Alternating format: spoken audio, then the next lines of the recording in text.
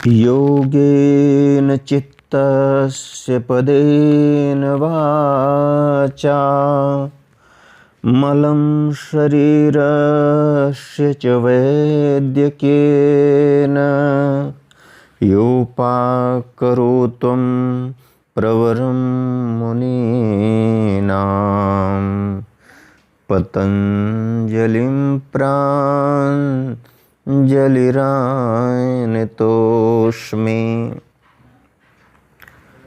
योगेन चित्तस्य पदेन वाचा मलं शरीरस्य च वैद्यकेन। योग से चित्त की रक्षा होती है। पदेन वाचा, पद अर्थात व्याकरण से वाणी की शुद्धि होती है।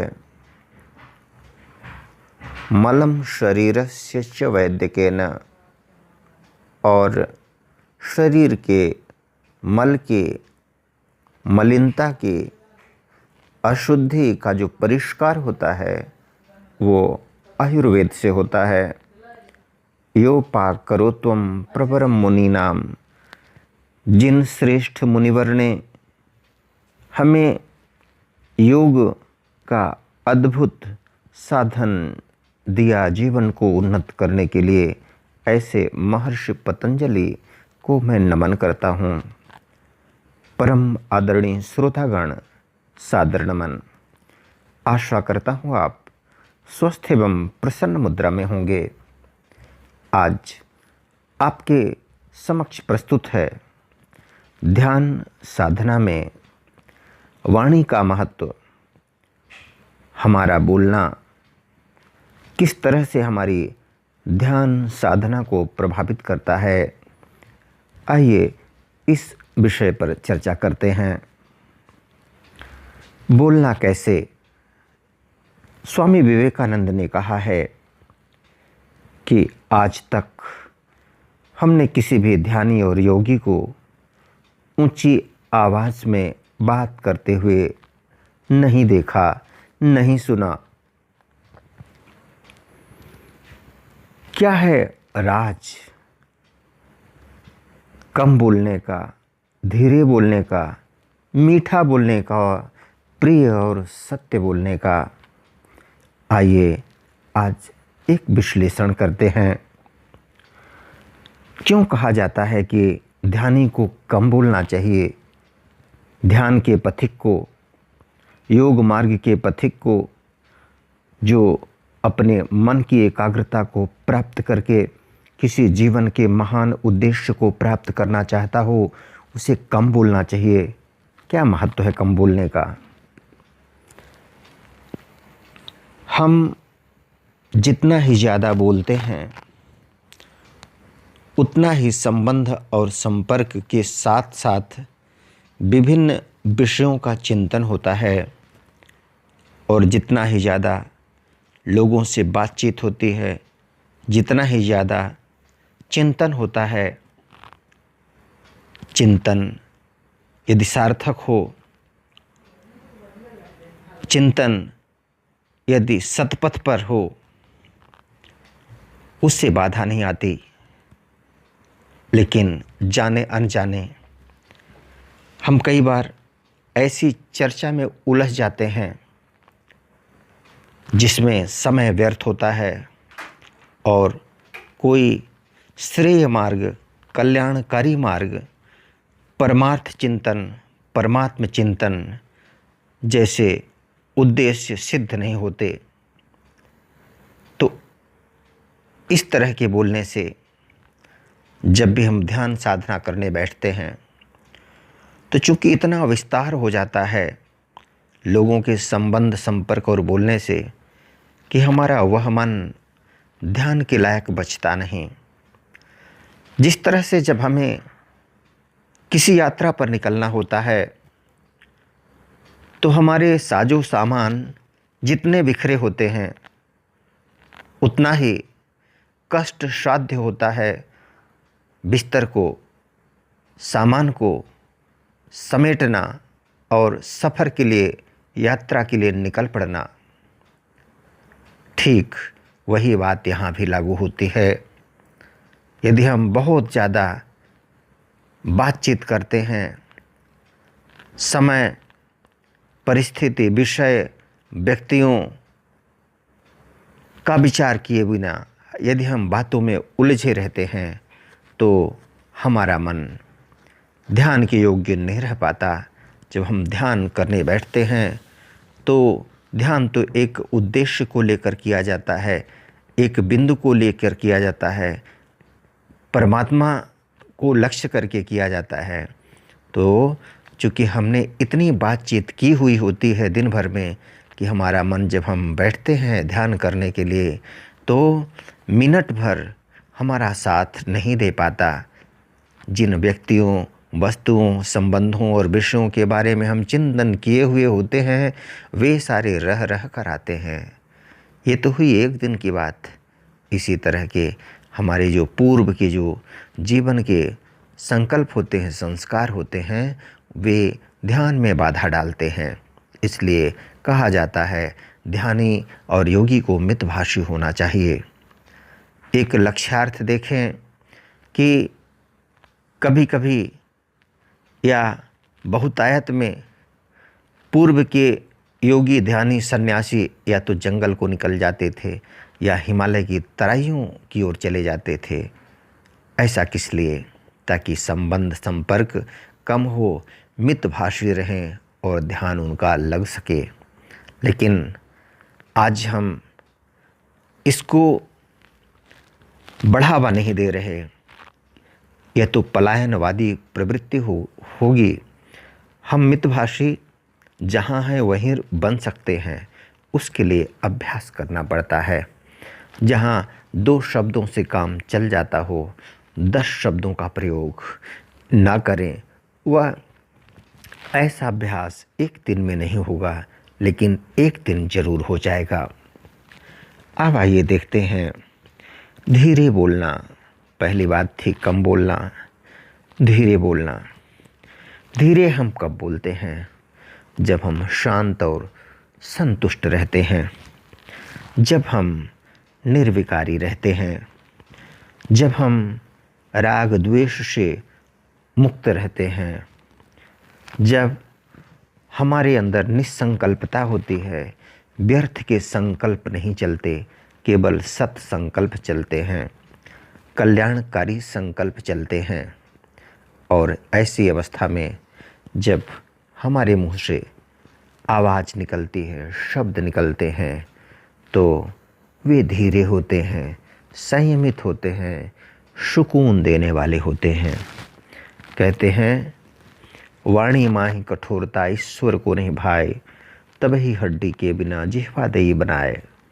परमात्मा को भी वाणी की कठोरता अच्छी नहीं लगी, इसलिए शरीर के तमाम अंगों में हड्डी का प्रयोग करने के बावजूद जिह्वा को परमात्मा ने छोड़ दिया, इसमें हड्डी का प्रयोग नहीं किया, ताकि हमारी आवाज़, यदि हमारी आवाज़ ऊंची होती है तो प्रायः यह देखा जाता है कि एक बड़ी संभावना होती है कि उस आवाज़ में कड़वाहट हो, किसी को चोट पहुंचने की आशंका हो जाती है ऐसी ऊंची आवाज़ में।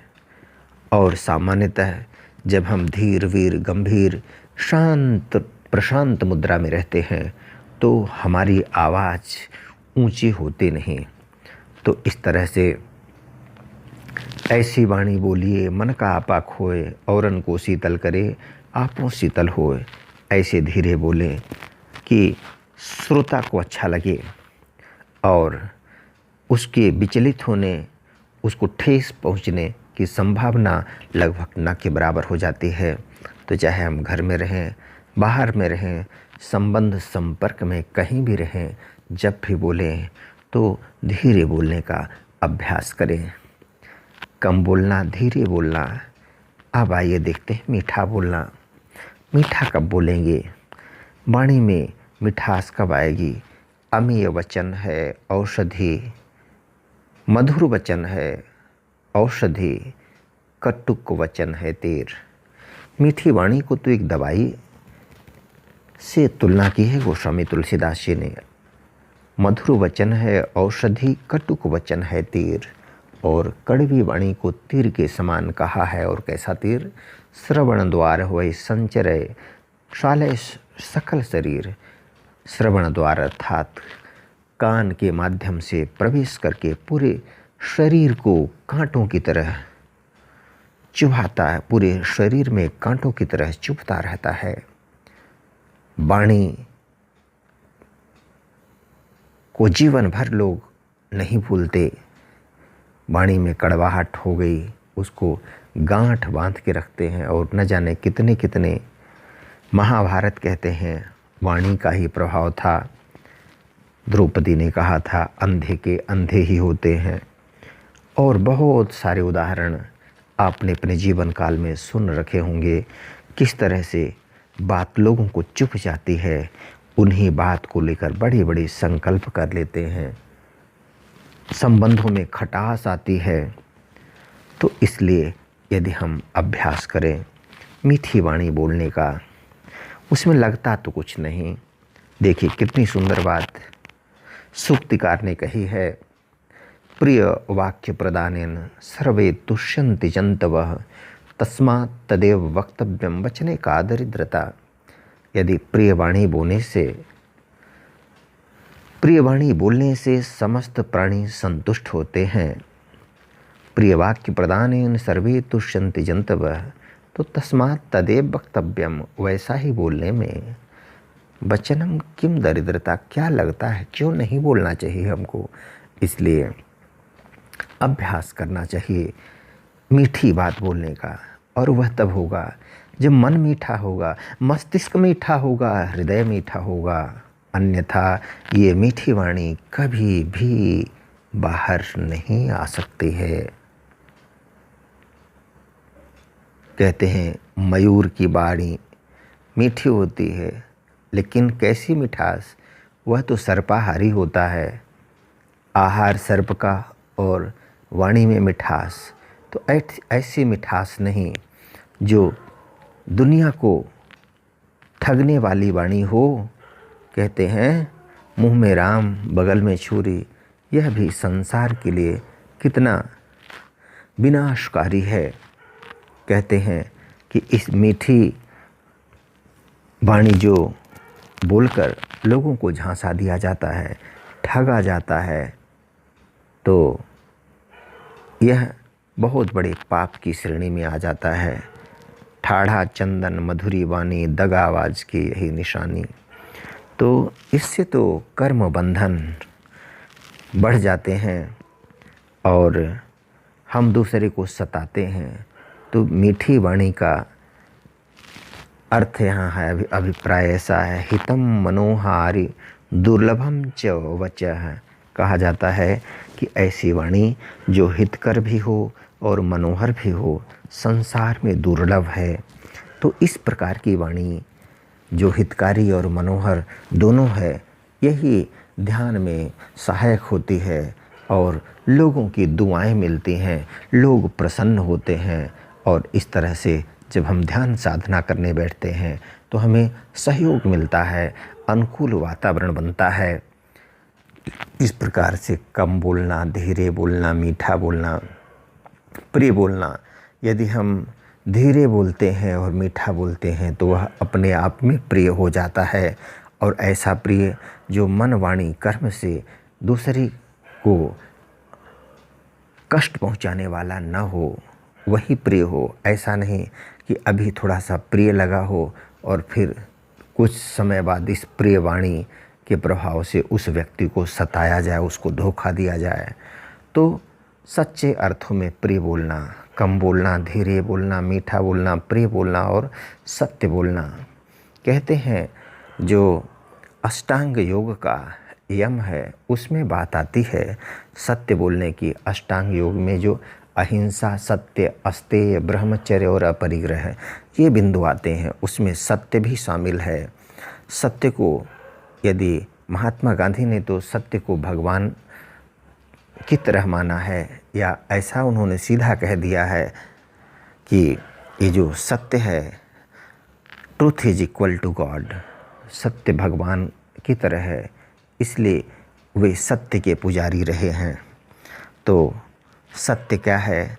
मन, वचन और कर्म तीनों को एकाकार करने वाले, यानी जैसा अंदर सोचा वैसा ही बाहर स्वभाव और संस्कार, ये चीज़ें सत्य की श्रेणी में आती हैं।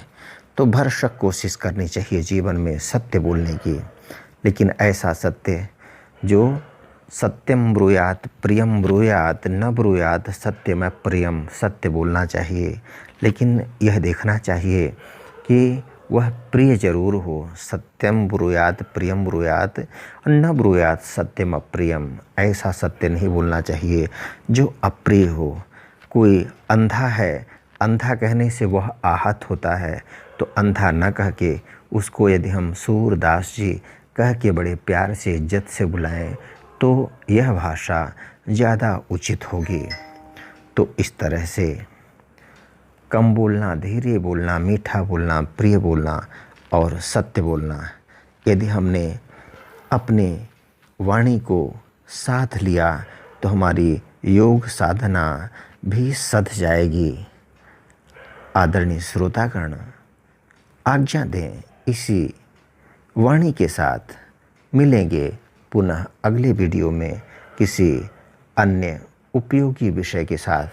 तब तक के लिए वीडियो देखने के लिए धन्यवाद एवं आभार। जय हिंद, जय जगत। आपका जीवन मंगलमय हो।